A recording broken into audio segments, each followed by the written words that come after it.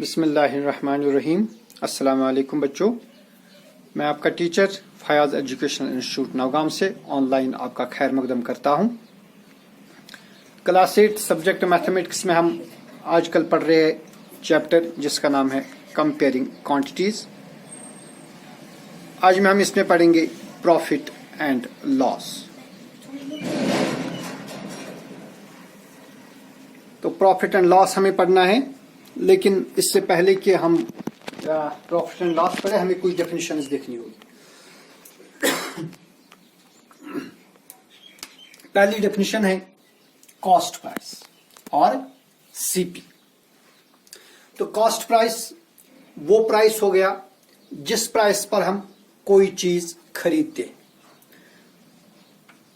माने अगर आपने बाजार से कोई चीज खरीदी, ठीक है, आपने ये चीज 1000 रुपये में खरीदी।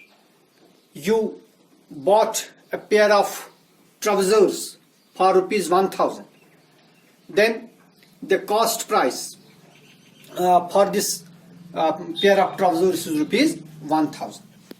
Okay, so cost price, the price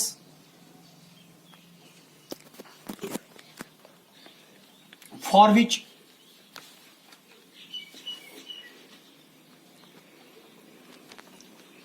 goods are brought from the market.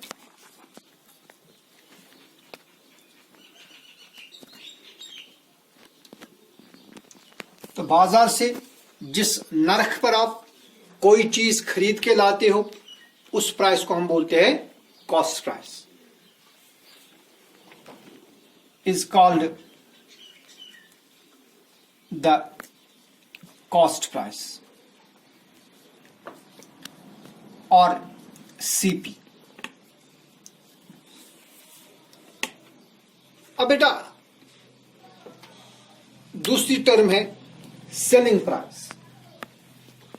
देखिए, आपने देखा होगा कि कोई बिजनेसमैन, कोई छोटा बिजनेसमैन या बड़ा कोई बिजनेसमैन, वो कोई चीज बाजार से खरीद लाता है, लेकिन उसका पर्पस होता है कि वो इसको ऊंचे दामों बेचेगा। जिस कीमत पर उसने वो खुद खरीदा होता है इससे कुछ ज्यादा कीमत पर वो इसको बेचना चाहता है, ठीक है।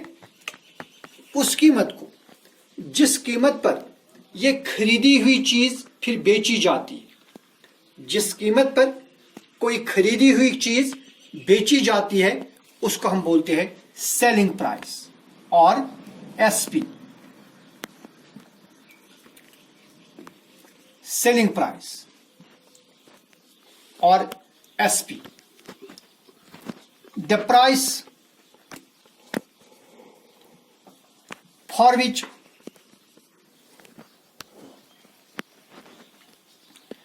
the goods are being sold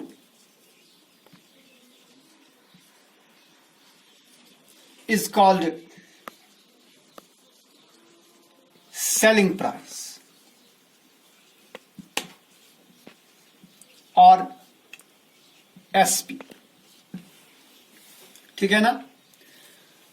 अब बेटा देखिए, अब दो कंडीशंस हो सकती हैं।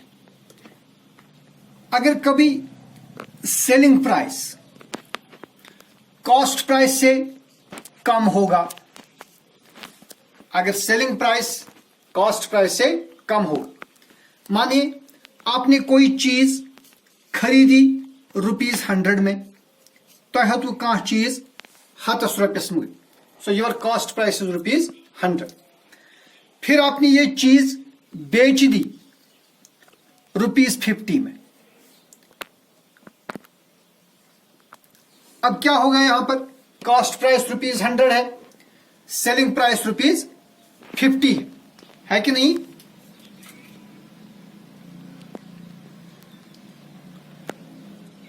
तो यहां पर भी क्या है, जो कॉस्ट प्राइस है वो सेलिंग प्राइस से बड़ा है।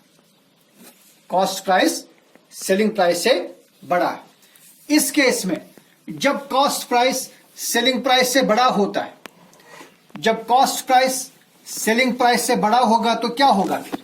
शाबाश, आपने कोई चीज खरीदी 100 रुपए में लेकिन बेच डाली 50 रुपए में, तो आपको फायदा होगा कि नुकसान होगा? ऑब्वियसली आपको नुकसान होगा। So we define the term loss. If cost price is greater than selling price, अगर कॉस्ट प्राइस सेलिंग प्राइस से ज्यादा होगा, then there is a loss. Then there is a loss. और लॉस जो है it is equal to cost price minus selling price. So loss is equal to cost price minus selling price. अब अगर मानिए कि सेलिंग प्राइस ही cost price से ज्यादा है, अब मानिए आपने कोई चीज 100 रुपए में खरीदी, ठीक है, और फिर आपने ये चीज 150 रुपए में बेच डाली, तो इस वक्त सेलिंग प्राइस ही ज्यादा है ना? तो इस केस में फिर आपको नफा आएगा, you will be in a gain और अ प्रॉफिट। दूसरी टर्म हम डिफाइन करेंगे profit. If selling price is greater then cost price, अगर बेटा सेलिंग प्राइस ही कॉस्ट प्राइस से ज्यादा होगा, जैसे यहां पर सेलिंग प्राइस है ₹150 और कॉस्ट प्राइस है ₹100, तो सेलिंग प्राइस कॉस्ट प्राइस से ज्यादा है, then there is a profit. Then there is a profit. तो फिर इस बिजनेस में प्रॉफिट होता है। और ये प्रॉफिट जो है ये किसके बराबर होता है? Profit is equal to SP minus CP, ठीक है ना? एक और चीज आपको इसमें याद रखनी है, प्रॉफिट परसेंट, P%। ये प्रॉफिट परसेंट होता है बराबर profit divided by CP into 100। ये एक फॉर्मूला आपको याद रखनी है, profit percent is equal to profit divide by CP into 100। इसी तरह अगर किसी बिजनेस में लॉस होगा, देन वी राइट L% और loss percent is equal to loss divided by CP into 100। ये दो फॉर्मूलाज आपको याद रखनी है। Number 1 profit percent is equal to profit divide by CP into 100, और दूसरा है loss percent is equal to loss divide by CP into 100। तो ये 2-4 चीजें मद्देनजर रखते हुए हम एक्सरसाइज पर जाएंगे, दैट इज एक्सरसाइज 8.2। आप ऑब्जर्व करिए exercise 8.2।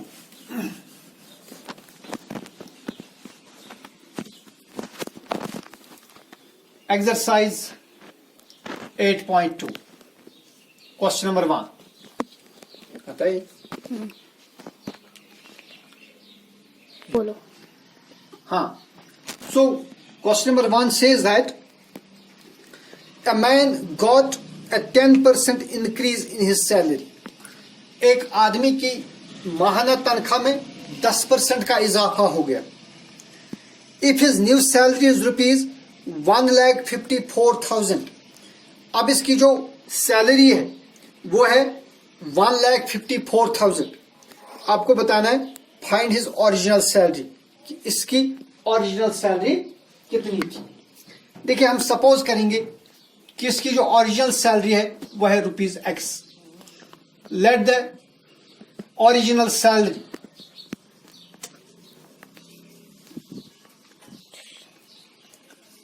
Is equal to ₹X, ठीक है ना? अब इसको इस ₹X पर 10% का इंक्रीमेंट मिलता है। Increment is equal to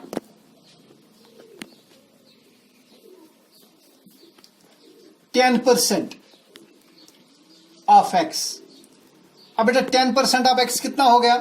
that is 10 divide by 100 into X। 0 और 0 कैंसिल कर दीजिए, you will get 1 into X is X divide by 10।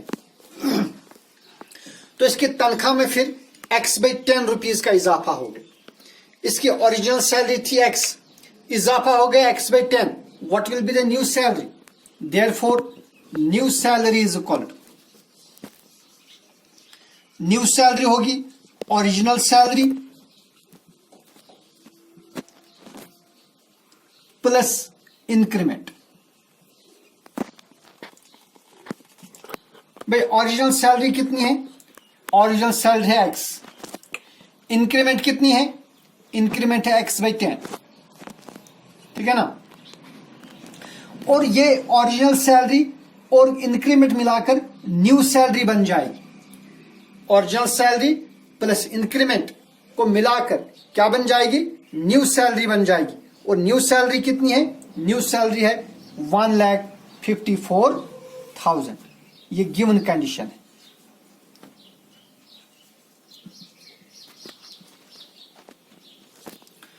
So this implies, अब देखिए यहां से क्रॉस मल्टीप्लाई करेंगे, 10 और x को मल्टीप्लाई करिए, ये बनेगा 10x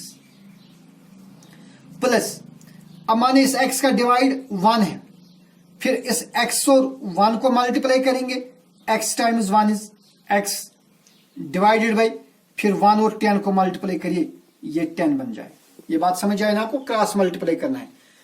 10 into X is 10x plus x into 1 is x divide by 1 into 10 is 10।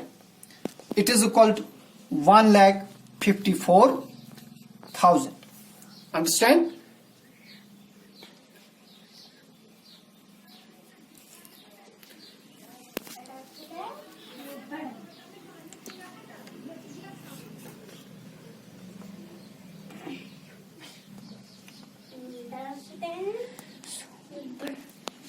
Camera को फोल्ड करने में, सो दिस इंप्लाइज, देखिए बेटा 10x प्लस x कितने हो गए? 11x divided by 10। 11x divide by is equal to 1,54,000, ठीक है ना। अब क्या करेंगे? इस 10 को हम इसके साथ मल्टीप्लाई करेंगे।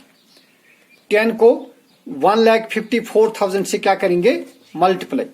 What we get? We get 11x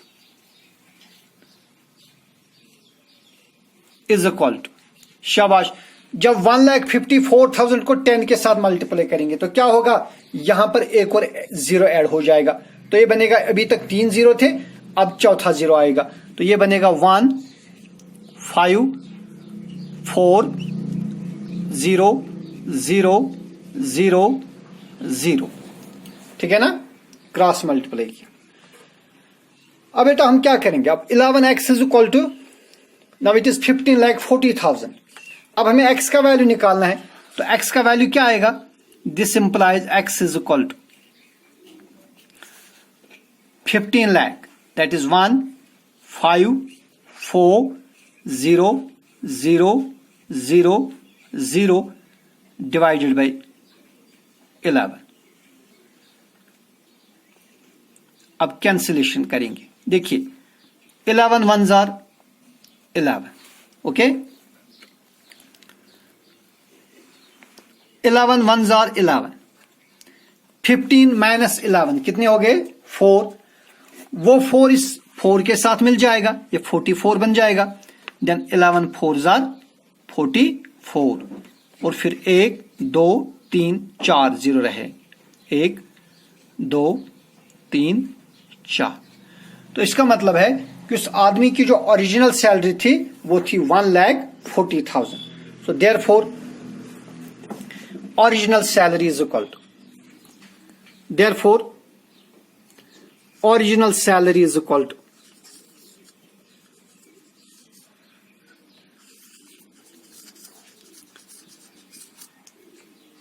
to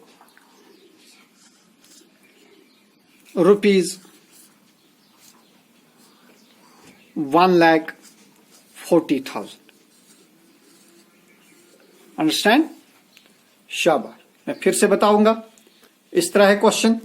suppose किया हमने कि उस आदमी की ओरिजिनल सैलरी ₹X थी, इंक्रीमेंट हुई 10%, एक्स का 10% इंक्रीमेंट हुई, दैट इज 10/100 इंटू एक्स। ठीक है ना? आपने 10 का एक जीरो और 100 का एक जीरो कैंसिल कर दिया, ऊपर रहेगा 1 into X is X divide by 10। अब बेटा न्यू सैलरी कितनी बन जाएगी? न्यू सैलरी बन जाएगी original salary plus increment. Original salary कितनी है? एक्स। इंक्रीमेंट कितनी है? X by 10। So X plus X by 10 is equal to 1,54,000।